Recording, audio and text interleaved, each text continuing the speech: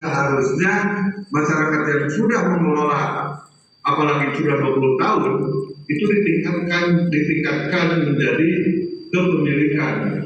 Kalau perhutanan sosial, saya rasa itu mundur balik lagi. Kalau di sekolah itu yang kelas 6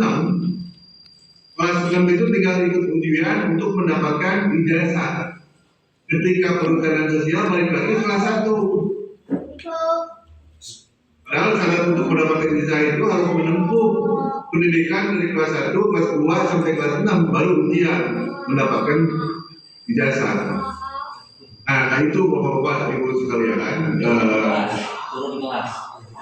apakah saya tidak tahu apakah kasus seperti di Pati ini seperti apa, yang belum tahu jelas, nanti kita diskusi ya. Untuk kita ingin merebut tanah menjadi kepemilikan, menjadi redis ya, dalam advokasi kebijakan tentunya karena reforma agraria ini bisa terlaksana dari dua arah. Satu, keinginan pemerintah langsung ya dari atas. Yang kedua, inisiatif rakyat. Idealnya inisiatif rakyat ada. Nah, inisiatif itu maksudnya mengelola tanah dengan baik, menggarap, menguasai, menggarap dan menghasilkan manfaat. Itulah akan terjadi reforma agraria.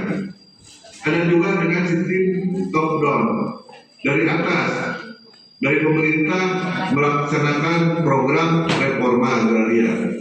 Jadi reforma agraria itu di tengah-tengah, bisa dari atas, ya, bisa dari bawah. Ketika di bawah didorong reforma agraria, maka di atas diadvokasi supaya melaksanakan redistribusi tanah. Jadi reforma agraria di bawah itu sebagai syarat. Syaratnya rakyat menguasai, menggarap, mengelola dengan baik. Dari atas memberikan SK redis, melakukan verifikasi. Jadi ketemulah reforma agraria. Ketika pemerintah belum melakukan reforma agraria, disitulah kita melakukan advokasi kebijakan supaya mendorong pemerintah melaksanakan reforma agraria sesuai dengan UPA. Kalau perhutanan sosial, saya rasa itu bukan reforma agraria, karena reforma agraria itu adalah definisi reforma agraria sendiri adalah merubah struktur penguasaan tanah dengan ditata ulang. Jadi kalau reforma agraria dicontohkan dalam suatu bangunan, jadi merenovasi, menata ulang yang tadinya rumah kamarnya cuma satu, ya kita karena kebutuhan kamar untuk anak yang sudah bertambah, maka ada penambahan kamar ditata ulang. Kamar menjadi nambah, dapur menjadi besar, ruang tamu menjadi besar, maka dilakukanlah penataan ulang, direhab, direnovasi supaya merubah struktur tata ruangnya rumah. Reforma agraria itu seperti itu. Karena rakyat bertambah setiap tahunnya, tanah tetap, luasannya tidak bertambah, maka diatur ulang. Di hutan terlalu luas, kebun terlalu luas, sementara rakyat sekarang bertambah jumlahnya, membutuhkan.